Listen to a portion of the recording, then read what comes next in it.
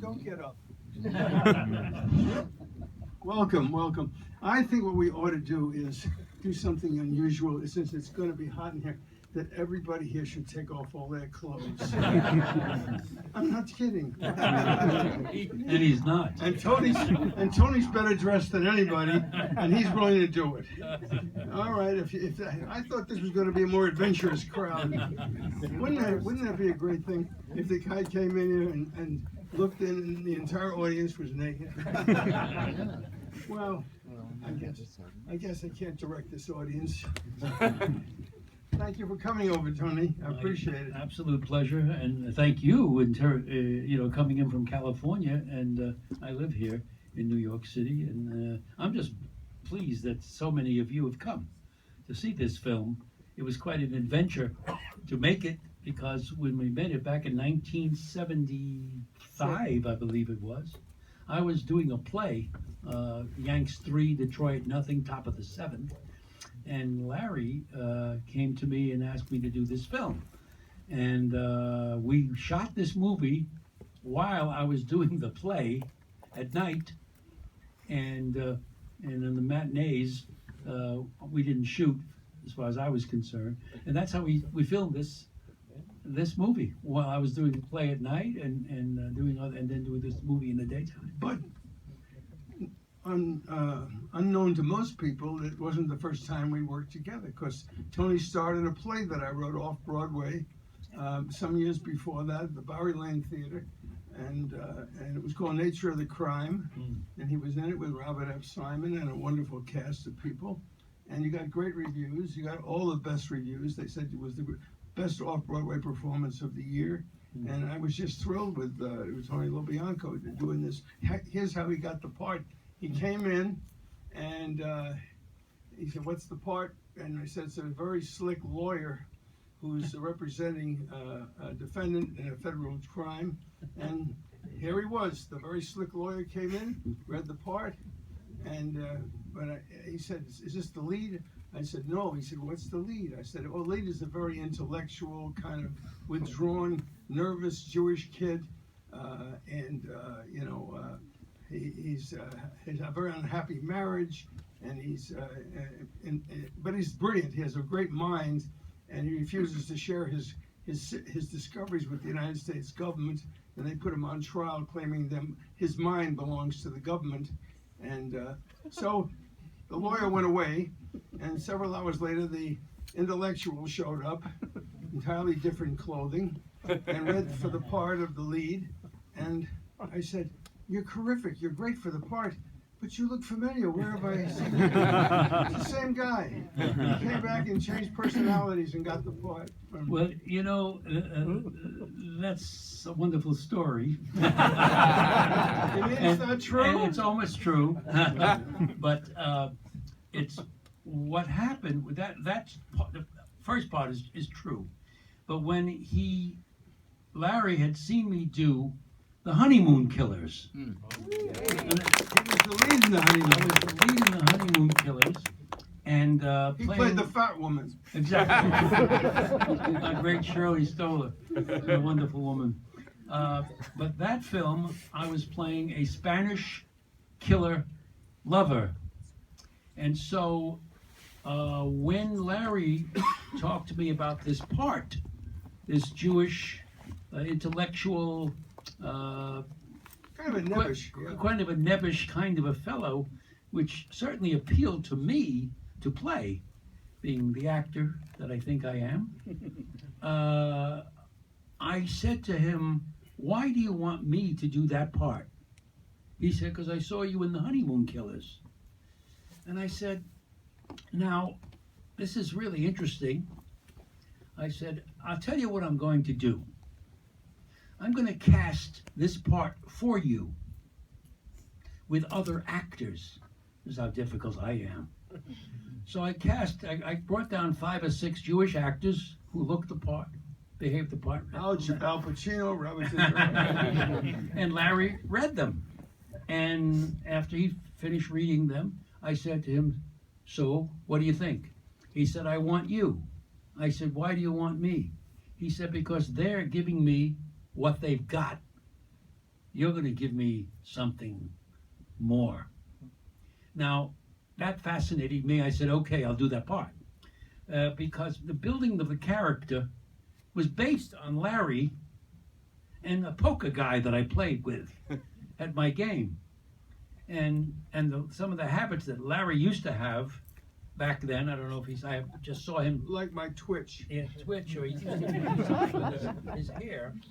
I had him, I incorporated Larry and this fellow from the poker game, and had the guy from the poker game come, and he said, that's me. And so that's how I built that character on. But the interesting thing, other thing too, was when I first came opening night, I said to my the clothing dresser, I said, sew my pockets up. She said, what? I said, just sew my pockets up. So it gave me, because I didn't want to have a habit of putting my hands in my pockets to escape.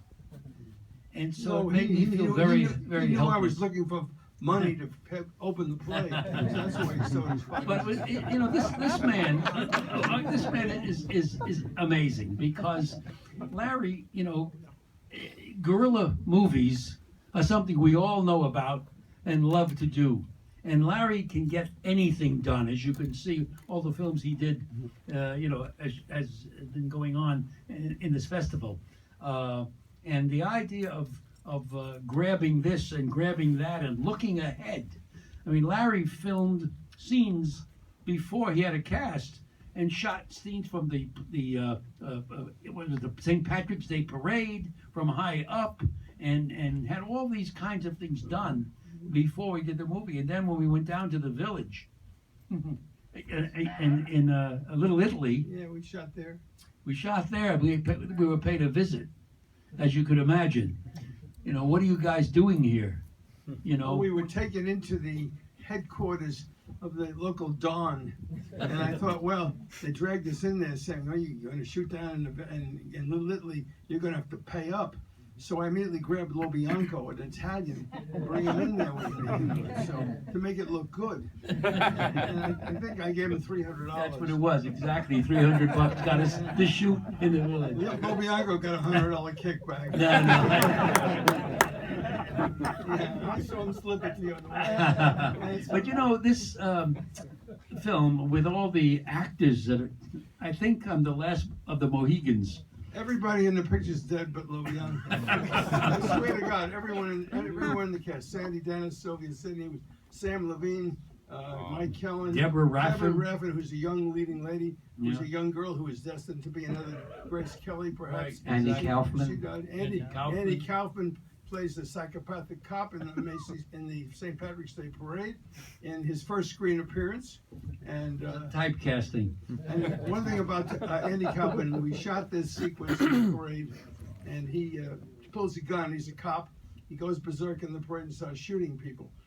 We stole this scene in the midst of 5,000 cops on Fifth Avenue during the Exactly. actual parade, and he's killed and he's dying, and he has to say his only line in the picture, which is, "God told me to," which is the name of the movie. So he's lying on the sidewalk. LoBianco runs over. "Why did you do it? Why did you kill all these people?"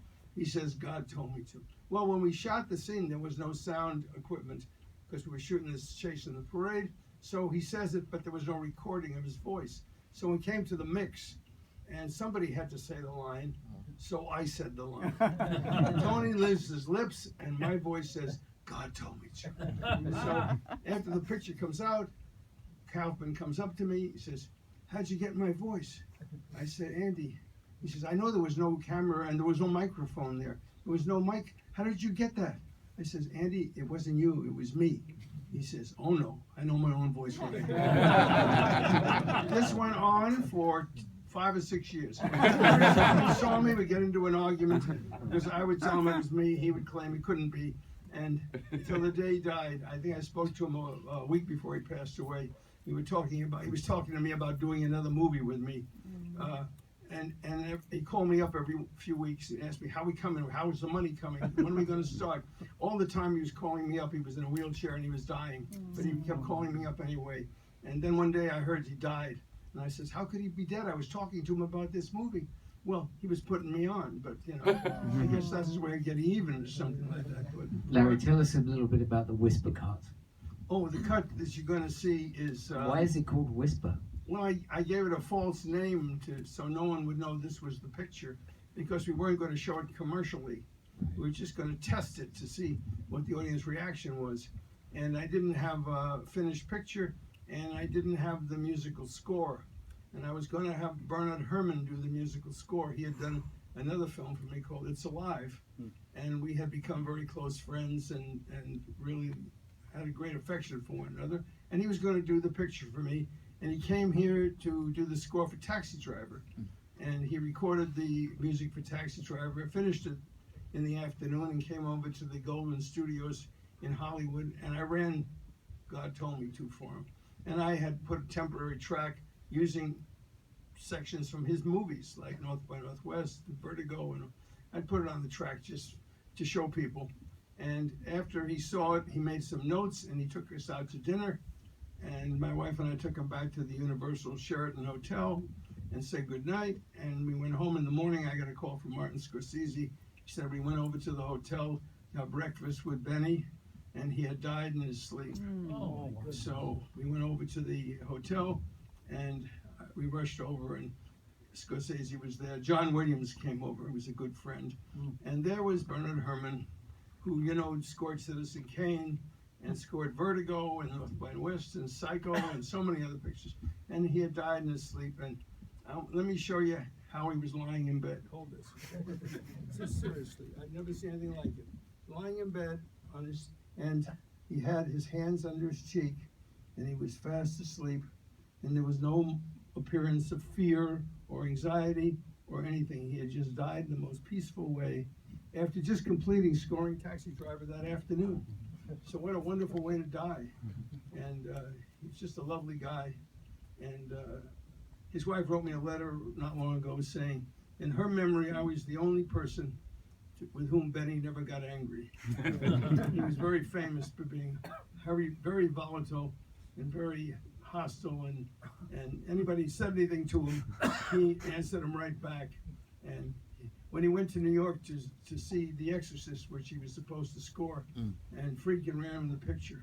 And after the lights came up, Friedkin said to him, "Now I want you to write me a better score than you did for Citizen Kane." And Benny turned to him and said, "Then why didn't you